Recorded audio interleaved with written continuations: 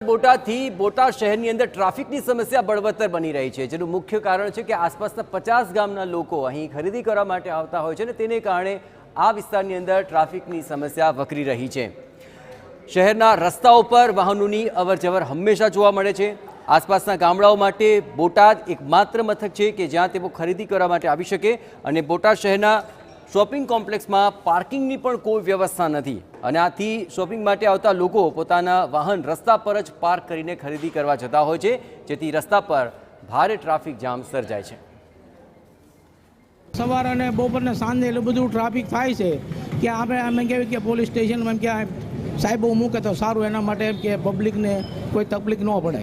TRP જવાનો હોય છે? હા, અહીં હોય છે પણ એ 4 રસ્તે હોય છે, અહીંથી આ સાઈડ મેં કે બાજુ કોઈ વ્યવસ્થા નથી નહીં। અત્યારે કોઈ લોકો ઓલા સાંજના ટાઈમે કોઈ માણસો હોતું જ નથી।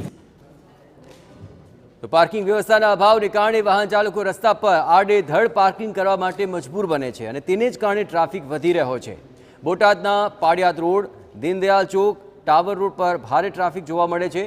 વાહન ચાલક માટે કોઈ જાહેર પાર્કિંગની વ્યવસ્થા નથી। સ્થાનિકોનો આરોપ છે કે ટ્રાફિક પોલીસ વ્યવસ્થાનું યોગ્ય અમલીકરણ કરવામાં નિષ્ફળ છે અને તેને જ કારણે ટ્રાફિક જામ થાય છે।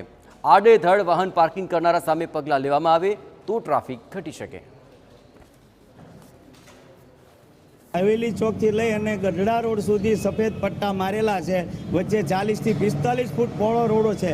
40-45 ફૂટ પહોળા રોડની અંદર 4 વાહન આવી જાય કરી શકે આરામથી, પણ આમાં તંત્રની એટલી બધી બેદરકારી છે કે ગમે ત્યારે તમે જો વચ્ચે વાહન પડ્યું હોય, પહેલાં ટોઈંગવાળા આવીને વાહન લઈ જતા હતા, હમણાંથી કોઈ વાહન લઈ જતું નથી। વચ્ચે વાહન પડ્યા હોય એને લઈને ટ્રાફિક થાય છે। પોલીસનું શું આયોજન વ્યવસ્થિત થતું નથી કોઈ કારણે કે જેના હિસાબે આ રોડ ઉપરની ટ્રાફિક અને ગલીઓમાંથી લોકોને પાસ થવું પડે છે અને કોઈ પણ સંજોગોમાં બોટાદની પ્રજા ટ્રાફિકથી ત્રાહિમામ થઈ ગઈ છે।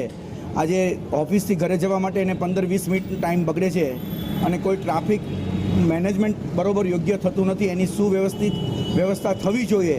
પોલીસે કાળજીપૂર્વક આ વ્યવસ્થા કરે તો કોઈ ઇમ્પોસિબલ વાત નથી ટ્રાફિકમાં।